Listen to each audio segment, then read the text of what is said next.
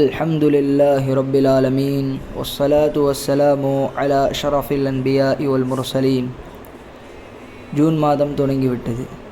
பெற்றோர்களுக்கு தங்களுடைய பிள்ளைகளை எந்த ஸ்கூலில் சேர்க்கிறது என்ற பரபரப்பு தான். இது குறித்து பல நபர்களிடம் விசாரிப்பாங்க, பல ஸ்கூல்களை போய் பார்ப்பார்கள், இதற்காக வேண்டிய பொருளாதாரத்தை திரட்டுவாங்க. ஆனால் இதே அக்கறையை மார்க்க கல்விக்கு நாம் கொடுக்கிறோமா என்பதை சிந்திக்க வேண்டும். மார்க்க கல்வி விஷயத்தில் நாம் மாற்றாந்தாய் அணுகுமுறை தான் நம்ம எல்லாரிடமும் இருக்கிறது. பிள்ளைகளுடைய வருங்காலம் என்னாகும், பிள்ளைகளுடைய வருங்கால ஈமான் என்னவாகும், மறுமையின் நிரந்தர வாழ்க்கை என்னவாகும் என்ற கவலையெல்லாம் நமக்கு இல்லை. நபிமார்களுடைய கவலை, யாக்கூப் அலைஹிஸ்ஸலாம் தங்களுடைய மரண தருவாயின் போது தங்களுடைய எல்லா பிள்ளைகளையும் அழைத்து சொல்கிறாங்க, மா தஅபுதூன மின் பஅதி, எனக்கு பிறகு நீங்கள் யாரை வணங்குவீர்கள் என்று. அந்த தாய்க்கு, அந்த தந்தைக்கு அந்த கவலை, எங்கே வழி தவறி போயிடுவாங்களோ அந்த பிள்ளைகள் சொன்னார்கள் எல்லாருமே, நஅபுது இலாஹக, உங்களுடைய இறைவனான, உங்களுடைய மூதாதையருடைய இறைவனான அல்லாஹ், ஒரே இறைவனான அல்லாஹ்வை வணங்குவோம் என்று அந்த பிள்ளைகள் சொல்கிறார்கள். அப்போ நம்முடைய பிள்ளைகளின் இம்மை மறுமை சிறக்க வேண்டுமென்றால் ஈமானோடு மரணிக்க வேண்டும். அதற்கு மக்தப் மதரசாக்கள் அனுப்ப வேண்டும். 10 வருடங்களுக்கு முன்னால் காலை மாலை என்று 2 நேரம் மக்தப் மதரசாக்கள் நடந்தது. ஆனால் இந்த பள்ளிக்கூடங்கள் செல்லக்கூடிய அவசரத்தில் அந்த சுவடே இல்லாமல் போயிடுது. இப்பொழுது மாலையில் 1 நேரம் அல்லது காலையில் 1 நேரம் மட்டும்தான் நடக்குது. ஆனால் இந்த நேரத்திலும் கூட மதரசாக்களில் அனுப்புவதற்கு கூட நம்ம பல பேருக்கு சுணக்கம் காட்டுகிறோம். பள்ளிக்கூடங்களுக்கு அனுப்புவதற்கு கொடுக்கும் முக்கியத்துவத்தில் 1% கூட நாம் மக்தப் மதரசாக்களுக்கு அனுப்புவதற்கு கொடுப்பதே இல்லை. இதற்கு முக்கிய காரணம் மார்க்கத்திற்கும் மார்க்க கல்விக்கும் நம்முடைய மனதிலே மதிப்பும் மரியாதை முக்கியத்துவம் இல்லாதது தான். ஸ்கூலுடைய படிப்பிற்காக வேண்டி நம்முடைய சொந்த ஊரை விட்டுட்டு போகிறோம், சொந்த வீட்டை விற்கிறோம், சொந்த உறவுகளை பிரிஞ்சிருக்கிறோம், பெற்றோர்கள் பிள்ளைகளை பிரிஞ்சிருக்காங்க. ஆனால் மக்தப் மதரசாவுக்கு அனுப்புவதற்கு ஏற்படக்கூடிய சில சிரமங்களை கூட தாங்கி கொள்ளாமல் மக்தப் மதரசாவுக்கு அனுப்புவதில்லை. அல்லாஹ் தஆலா பெருமானார் ஸல்லல்லாஹு அலைஹி வஸல்லம் அவர்களுக்கு இந்த குர்ஆனை இறக்கினான். தீனுல் இஸ்லாத்தை, இந்த ஷரியத்தை அல்லாஹ் கொடுத்தான். அல்லாஹ்வுடைய தூதர் ஸல்லல்லாஹு அலைஹி வஸல்லம் சஹாபாக்களுக்கு இதுக்கு போதித்தார்கள். அதற்கு பின்னால் தாபிஈன்கள் எல்லாருக்கும் கற்றுக் கொடுத்தார்கள். இப்படி வாழையடி வாழையாக இந்த தீன் வந்து கொண்டே இருக்கிறது. இந்த மார்க்கத்தை கொண்டு சேர்ப்பது நம்முடைய பொறுப்பு. அப்போ இந்த பொறுப்பை முழுமையாக நிறைவேற்ற வேண்டுமென்றால் சிறுவர்களுக்கு மார்க்க கல்வி வழங்கப்பட வேண்டும். அதற்கு முன்னோர்கள் ஏற்படுத்தப்பட்ட வழிமுறை தான் மக்தப் எனும் இந்த ஆரம்ப மார்க்க கல்விக்கூடங்கள். அல்லாஹ் சொல்லி காட்டுவான், உங்களையும் உங்களுடைய குடும்பத்தாரையும் நரக நெருப்பிலிருந்து பாதுகாத்து கொள்ளுங்கள். நரக நெருப்பிலிருந்து பாதுகாக்க வேண்டுமென்றால் நமது பிள்ளைகளுக்கு மார்க்க கல்வியும் ஏகத்துவத்தையும் கற்றுக் கொடுப்பது நமது கடமை. ஒரு பிள்ளை வளர்ந்து வரும்போதே அதற்கு லா இலாஹ இல்லல்லாஹ் என்று பெற்றோர்கள் கற்றுக் கொடுக்க வேண்டும். அப்படி கற்றுக் கொடுத்து விட்டால் மறுமையில் அந்த பிள்ளை குறித்து விசாரிக்கப்படாது என்று ஹதீஸில் வருது. அதாவது என்ன அர்த்தம்? கலிமாவை கொண்டு நோக்கம் என்ன? பிள்ளைகளுடைய மனதில் ஈமானை பதிய வைக்க வேண்டும். அது மட்டுமல்ல, ஈமானுக்கு பிறகு நபி ஸல்லல்லாஹு அலைஹி வஸல்லமுடைய நேசத்தை அவருடைய உள்ளத்தில் பதிய வைக்க வேண்டும். நபியினுடைய நேசம் வந்துவிட்டால் யாருடைய நேசமும் அவருக்கு பெரிதாக தெரியாது.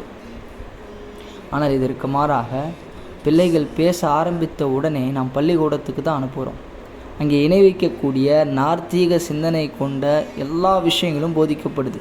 அப்போ பிறகு முஸ்லீம்களாக அந்த பிள்ளைகள் இருக்குமா, ஈமானோடு அந்த பிள்ளைகள் இருக்குமா, நாம் சிந்தித்து பார்க்க வேண்டும். நபி ஸல்லல்லாஹு அலைஹி வஸல்லம் சொன்னார்கள், பிறக்கக்கூடிய எல்லா பிள்ளைகளும் அது ஃபித்ரத் என்ற இயற்கை மார்க்கத்தில் தான் பிறக்குது. ஆனால் அதை மாற்றக்கூடியவர்கள் பெற்றோர்கள் தான் முஸ்லீம்களாக, கிறிஸ்துவர்களாக, நெருப்பு வணங்கிகளாக, யூதர்களாக மாற்றுகிறார்கள் என்று சொன்னார்கள். நம்முடைய முன்னோர்கள், குறிப்பாக இந்திய உலமாக்கள், இந்திய அறிஞர்களுடைய கருத்து என்ன? ஷேகுல் ஹிந்த் மஹ்மூதுல் ஹசன் ரஹிமஹுல்லாஹ் அவர்கள் கூறுகிறார்கள், நான் மால்டா சிறையில் அடைக்கப்பட்ட போது பல நாட்கள் தனிமையில் கழித்தேன். அப்போது முஸ்லீம்களின் தற்போதைய வீழ்ச்சிக்கு என்ன காரணம் என்று தொடர்ந்து நான் சிந்தித்து கொண்டே இருந்தேன். இந்த வீழ்ச்சிக்கு 2 காரணங்கள் தான் என அல்லாஹ் என் உள்ளத்தில் போட்டான். அதில் ஒரு காரணம் முஸ்லீம்கள் குர்ஆனை கையில் விட்டு தான், குர்ஆனை கைவிட்டது தான் காரணம்.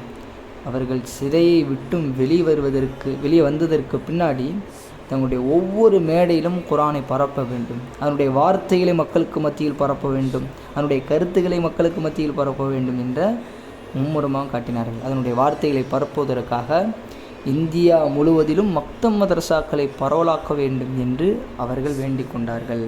ஷேகுல் ஹிந்த் மஹ்மூத் ஹசன் ரஹிமமுல்லா அவர்கள், அபுல் ஹசன் அலி நத்வி ரஹமத்துல்லாஹி அவர்கள் சொல்கிறார்கள், இளம் தலைமுறையினர் இஸ்லாத்தின் மீது நிலைத்திருக்க செய்ய வேண்டுமென்றால் ஒவ்வொரு மஹல்லாக்களிலும் மக்தபுகள் ஏற்படுத்துவதை தவிர வேறு வழியில்லை என்று கூறுகிறார்கள்.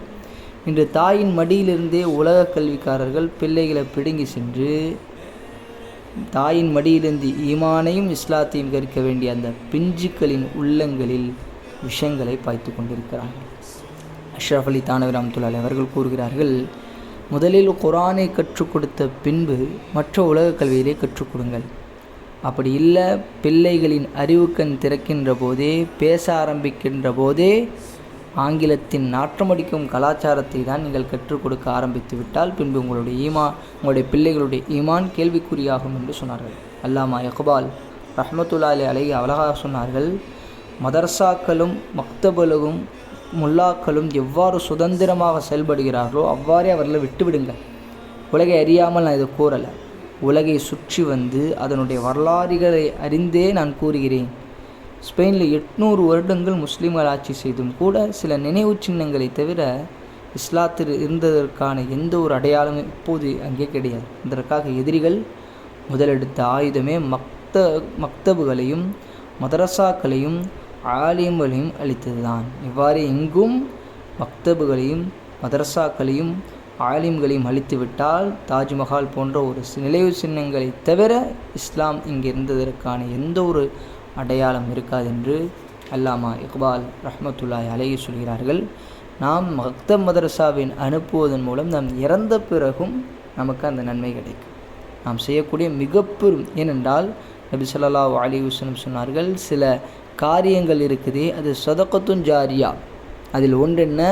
இல்ம், மார்க்க கல்வியை கற்றுக் கொடுப்பது, நாம் அதை பிறர் கற்றுக் கொடுப்பது, அதை நாம் செயல்படுத்துவது, இவைகளெல்லாம் நாம் இறந்த பிறகும் நமக்கு நன்மை சேர்ந்து கொண்டிருக்கும். குறிப்பாக பிள்ளைகளை இந்த வயதிலிருந்தே, சிறிய வயதிலிருந்தே அல்லாஹ் ரசூல் இந்த மார்க்கத்தை அறிந்து கொண்டு அதை செயல்படுத்துவதற்கு நாம் மக்தப் மதரசாவிற்கு அனுப்ப நாம் கடமைப்பட்டிருக்கிறோம்.